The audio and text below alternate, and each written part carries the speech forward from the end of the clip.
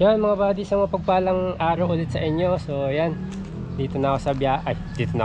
Dito na ako sa garahe mga buddy. Kasama ko si Buddy Tony. So check ko si Advin mga buddy, gawa ng malapit ng aming biyahe. So para sigurado na makarating kami at makabalik sa aming pupuntahan. Yun nga, chinat namin si Korenji kahapon. Niyayaya ko nga siya mga buddy, kasi para sana maaliw-aliw ba, maaliw na yun, malibang-libang bago yung kanyang flight. Ayaw man sumama, boss. Ayaw sumama? Ayaw sumama, nahihiya daw, wala daw siyang budget. Aray ko. Eh sabi ko sa kanya, pare-parehas naman tayo walang budget. Ito mahihiya. Nahihiya siya mga buddy. Niyayaya ko nga para at least sana kahit paano bago yung flight niya. Isang linggo pa eh, di ba? Sabi ko nga, para malibang iba yung isip ng tao, di ba?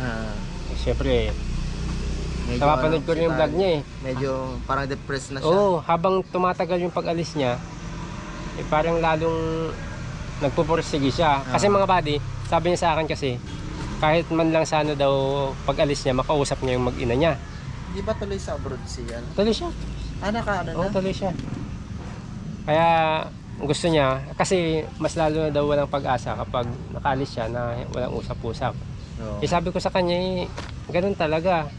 Pero, sabi ko mag-move on ka muna sa sarili mo, hindi mo masasabi kung ano yung mangyayari kinabukasan. Sabi ko kasi nga, kahit anong pilit mo namang makipag-usap kung ayaw din naman. Ayaw talaga niya.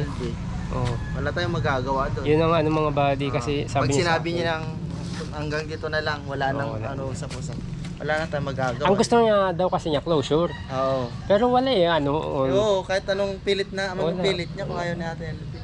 Kaya ang pinakamaganda dyan, Boss Renji, umalis muna siya. Oo, tapos pagyamanin mo muna yung sarili mo. Kasi mas madali kang gumalaw para bumalik o kaya para hindi ka makakamove on pag ganyan.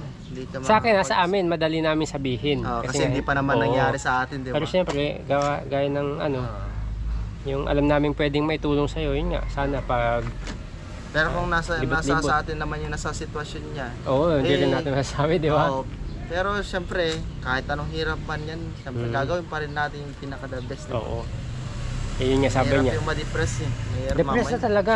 Kaya nga gusto ko siyang isama eh. Mamaya may isipan niya, mag-bigti na lang. Kaya nga, makakita ng tali. Kaya sabi ko sa kanya mga buddy, sama sa amin. Nung tumawag ako kagabi, nahiya daw siya mga buddy kasi wala siyang budget. Kahit man lang daw pang-ambag, wala siya. Sabi ko, walang problema, pare-pares naman tayo walang budget eh. Ba't ka nahihiya? Kami nga, di nahihiya sa'yo eh. Bilhin na lang ng isang tinapay dyan sa gilid. Sabi ko, may panggas naman tayo. Ang problema, yung pang-uwi lang natin. Di ba? Kung makaka-uwi tayo, at least magkakasama tayo. Sabi ko sa kanya. So, na-refresh yung utak mo. Hindi, kung gusto niya, magtulak na lang. Oo, patulak. Kaya ka namin sinasama sana para kung sakali mo magkaroon ng ng aberya. Magkasama-sama tayo. Walang iya. So yun mga buddy, nahiya daw siya, wala daw siyang budget. Kaya sayang din, gusto ko siyang isama. Ako kahit wala siyang budget, okay lang siyang sumama. Syempre, siya yung nahihiya sa amin mga buddy. Para syempre, ampag-ampag. Sa totoo lang din naman, di ba? Experience mo din, di ba? Pag sumasama ka. Ang hirap naman kasi yung... Hirap.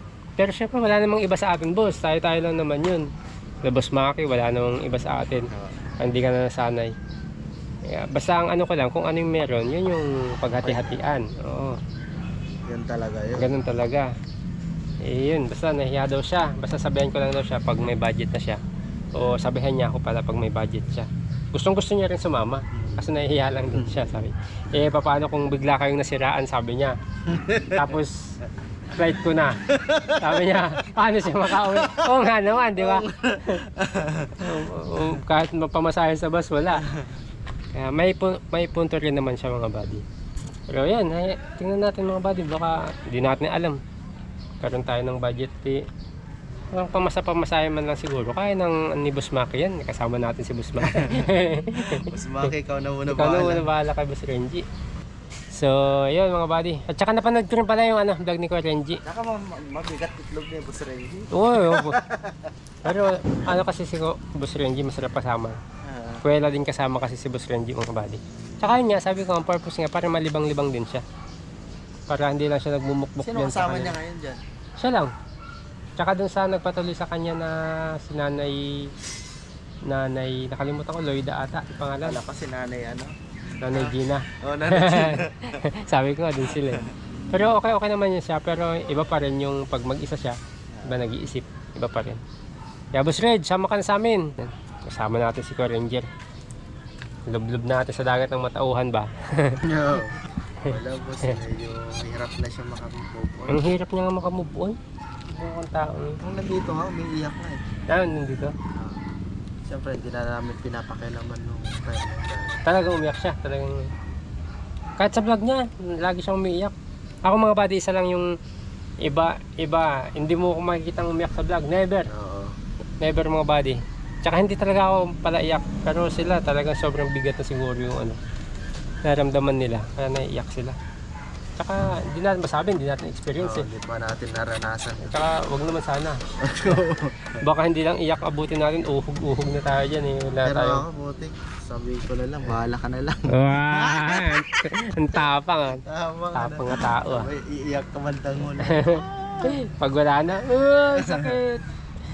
Hindi. Para sa akin yung anak, importante. Oo, importante. Yung kasi may anak sila. Hirap yun sa part. Alright mga buddy, at nandito kami, kasama ko si buddy at naghahanap na kami ng paggasan. Dito na kami mga buddy, ayan 125 na ang ang diesel dito sa amin, grabe.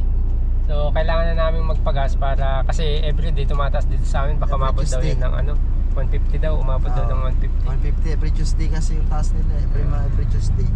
So para pagbiyahe, bahala na si Batman.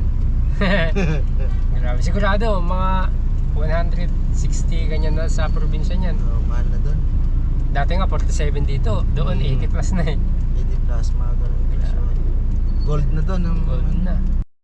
17 liters lang. Nip yan. Dati 1,025 liters, ngayon 2,000 17 liters. Grabe na. Mga 120 to sa akin boss eh. Magkano lang yung ano. Grabe, ang mahal boss. Ang sakit. 100. Madami pa daw. Madami pa. Hindi maubusan ng supply si madam, madami pa.